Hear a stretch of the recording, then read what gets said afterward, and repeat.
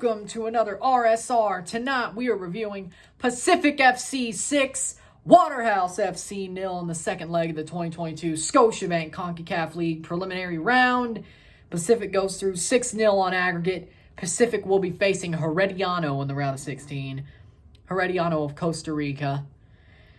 And they'll have a challenge, but I think they can handle it because damn, Waterhouse got absolutely dominated, and honestly through two legs. Only reason this isn't a 10-0 aggregate or a 9-0 aggregate is Kamar Foster stood on his head in the first leg. Second leg, not so much. Down in Langford, BC. Not so much. Goals were scored as follows. In the 13th minute, Alejandro Huero Diaz scores the first goal. Ball crossed in by Dos Santos. Gianni Dos Santos to Huero Diaz. Josh Hurd is trailing. Foster's looking more at Josh Hurd than Huero Diaz, and Huero Diaz taps that ball into the net. Easy as you like. 1-0. Of course, 1-0 on aggregate. I really don't need to say both because it's the same score. But 41st minute, a good cross in to Marco Bustos. A header on the near post. Makes it 2-0 right before, a little bit before halftime. I wouldn't say right before. And that's where we go into halftime. 2-0 with a 2-0 aggregate. Waterhouse has 1 foot in the round of 16. And they easily, quickly put that second foot in there. It doesn't take all 90 minutes. 53rd minute, Alejandro Huero Diaz scores another goal to make it 3-0.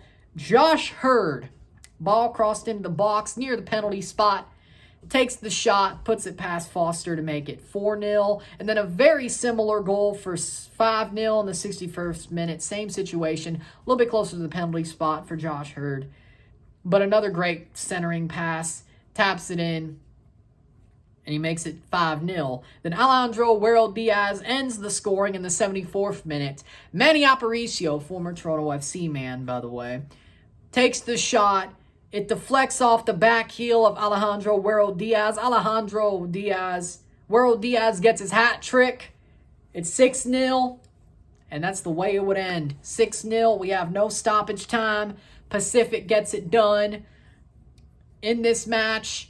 Easy as you like. Pacific is going to the round of 16. Of course, I will say I've got 2 of my first 2 predictions right in this tournament. 2-0. Alajuelense is also going through to the round of 16. 4-1 aggregate. But so far, both of them are right. Let's see if we get both tomorrow. Won't be covering any of these matches tomorrow because Leagues Cup Showcase. But I'll be paying attention. Don't worry. With that being said, full-time stats, 17 shots to 9, 12 shots on goal to 1, 51% possession to 49% possession, 292 passes to 284 passes, 84% pass accuracy to 96, 11 fouls to 0, 2 offside to 0, 0 yellows to 0, and 0 reds to 0. It was a very tight, not a tight match, but a very clean match, ironically enough. 5 corners to 3. Pacific absolutely dominated Waterhouse. Not just over the first leg, or not over the second leg, but both legs. This whole 180-minute stretch of football was dominated by Pacific. Pacific should have won by at least 2 or 3 goals down in Jamaica. But again, Foster stood on his head. Here, had a very valiant performance, but just not enough. Waterhouse never really tested Pacific. First leg, they did. Here, they didn't. Because they knew 0-0 would have got them a penalty shootout. And I think that's what they were trying to play for. And once the first goal went in, 13 minutes in, they dropped their heads. I don't think they believed they could get a scoring draw, which is what they would have needed because of away goals to get to the round of 16. They thought they could get a 0-0 draw because they did a week before. They did. 7 days ago. 7 days and a couple hours ago. A little bit over 7 days. They did. But with that being said, you look at the football they played, and they just dropped their heads as soon as Huero Diaz scored that first goal. And I'm not saying Pacific didn't deserve to dominate this match. Oh, they dominated, deservedly so. But you look at the football they played, and it's like, well, if you drop your heads, of course they're going to score 6. But Pacific never let off the gas. That's the point. You could toy with your opponent if they drop their heads. Some teams will do that. Where if the other team drops their heads because you're a class above, a cut above, You could toy with them and just say, hey, we know you think we're a cut above, and we're going to toy with you like a cat playing with a mouse toy on a string. Just toy with him. And if you get back into it, and it's our fault, and then we're going to stomp on your neck. But they didn't do that. They're like, nah, we're not testing this. This is our first time in this tournament. We're not testing it. We dominated them throughout the game. Most of it, about 80 minutes, 75, 80 minutes in Jamaica. Do the same here because we're at home. Let's just do it. And they did. That was the thought process, and I was pretty impressed by that because Pacific, they could play good football. They could play free-flowing football, and I love watching them play. And I like what James Merriman, keeping the system that Paul Muruka made the team famous with, popular with, good with, I should say, great with, and James Merriman's kept that style. He was the assistant coach. Now he's the manager, of course. But he's kept that style. He hadn't changed anything. This is the same Pacific that you saw last year, just with a different coach, but the similar situations. They haven't changed much. Of course, Hajabrapur, Taron Campbell went to Forge. Lucas McNaughton and Caden Chung went to Toronto, and Lucas McNaughton is damn good with TFC. Like, he may be the best rookie on this team, and I thought Luca Petrasso for a while could have been Rookie of the Year, but Lucas McNaughton, he's MLS ready. Hell, he could start, and I wouldn't complain about it. That's just a side note, but Lucas McNaughton is awesome, and hell, he was awesome at Pacific, but he went on. Those are the real changes. Amir Didic replaced him. Pretty straightforward. Callum Irving's still great in goal. You still got Marco Bustos, Manny Aparicio, Wero Diaz. How the hell they pulled him, I'll never know. Because the man was playing in Liga MX. And he said, forget MLS, I'm going to the Canadian Premier League. Hey, I gotta respect it, though. Wero Diaz is damn good. And if you could get a player like that to basically say, hey, I'll go, and believe in the project, great. And he does. Hat trick in a CONCACAF match. Great for Wero Diaz. I love how he plays. Hell, he'd be good for Toronto. And I like Jesus Jimenez, and I think Wero Diaz could be just as good. Io, again, I'm not getting sidetracked. See, there's not much to say about this match, though, but then Pacific dominated. Seriously. I'm just saying glowing things about Pacific. But Wero Diaz is a wonderful footballer, and he deserved to have that hat trick. Josh Hurd came out of nowhere around the middle of last year, and here he is. I'm a very big believer in Josh Hurd as well. Very, very good footballer. Deserves more respect than he gets. He doesn't get much around the league. It's like that. He's like a B-Tech. When it comes to respect to B-Tech Anthony Novak, you know?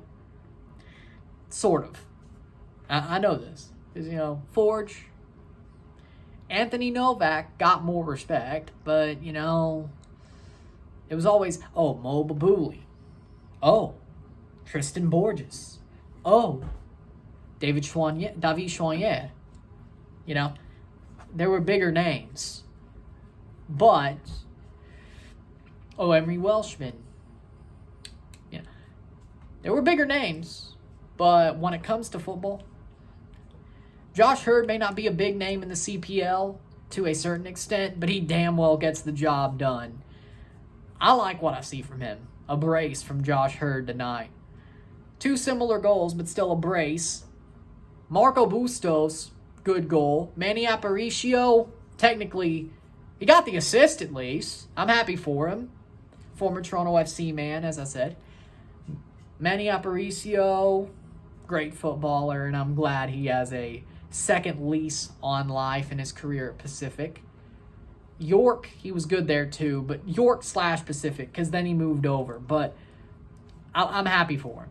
I'm happy for him because he's a good footballer, and I've always wanted to see him play to his ability, and he's playing to his ability here. He's damn good with Pacific. He's better there than he was at York. I think the move was great for him last season. It was great for him. He needed to make that move, and he did. And he's done amazingly. So, I'm happy for him there.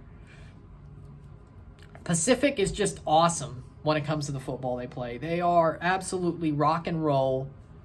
I mean, hell, Forge is too. But you have when it comes to being a team in the CONCACAF League from the CPL that can succeed, I would trust Pacific and Forge over Calvary. Now, I respect Calvary, but I don't think they're rock and roll. I think they're a lot more meticulous, so to speak, of the football they play. It's the way Tommy Wilden plays. It's more of a chess match, but I don't think that helps you against teams that progressively get closer to your level and maybe over your level.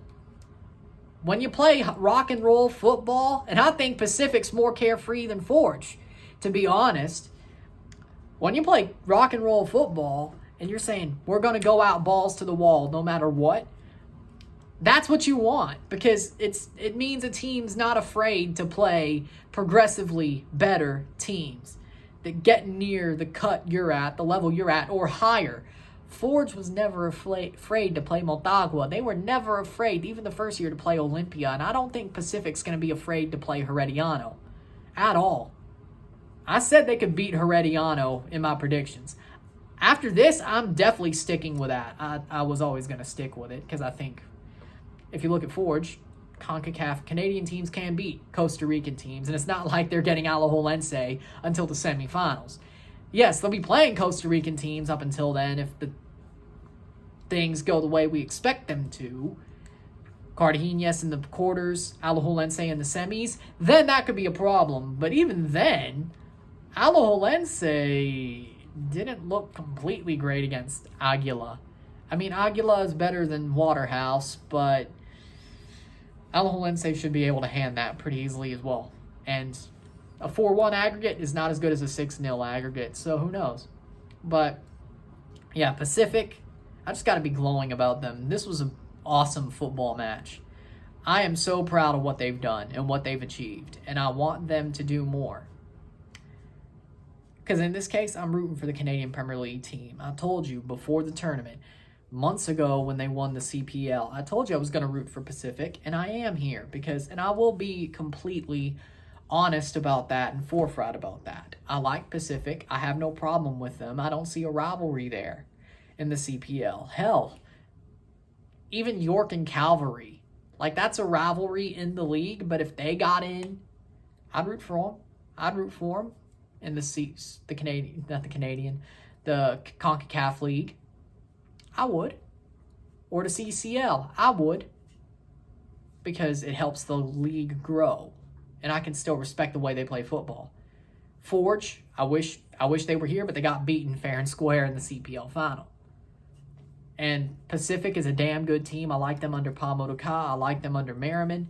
I enjoy watching them play. They're damn good. And league or not, they're damn good. They do have some stumbling blocks sometimes, like the York match in the Canadian Championship the last time they had a cup match at Starlight Stadium. But here, they definitely overcame that. 6-0, they definitely overcame that. By the way, love those away kits. The black and white kits, I love them. I may just get one. I like the purple, but those black and white kits, I like them. I may just get one. I think I will get that one for the collection. I need that. But with that being said, what a good match. Pacific dominated both legs, and they certainly dominated tonight. I don't think I got to say any more. This was basically, the match. It was clean. It was 6-goal win. I don't think there's much to say besides Pacific dominated, so I'm just going to be nice. And I did. So, because they deserve it. So there you go. So if you like this video, like it, share, subscribe. You know what it is. Tell all your friends. Hit that like button. Hit that subscribe button. Hit that bell notification once you subscribe. Send super chats on the live streams. Comment on this video. Put this to playlist. Share it with friends and family. All that great stuff. I will see you tomorrow for a live watch-along and review of LA Galaxy versus Chivas and a live for America. LAFC versus America in the Leagues Cup Showcase 2022. Those will be some games that are actually worth covering compared to the CONCACAF League games, because some people, I was always planning on doing the Leagues Cup Showcase, but some people would say it's probably a better idea. Well, I agree with you, so I'll see you then. I'm Ryan, and I'm out. Peace.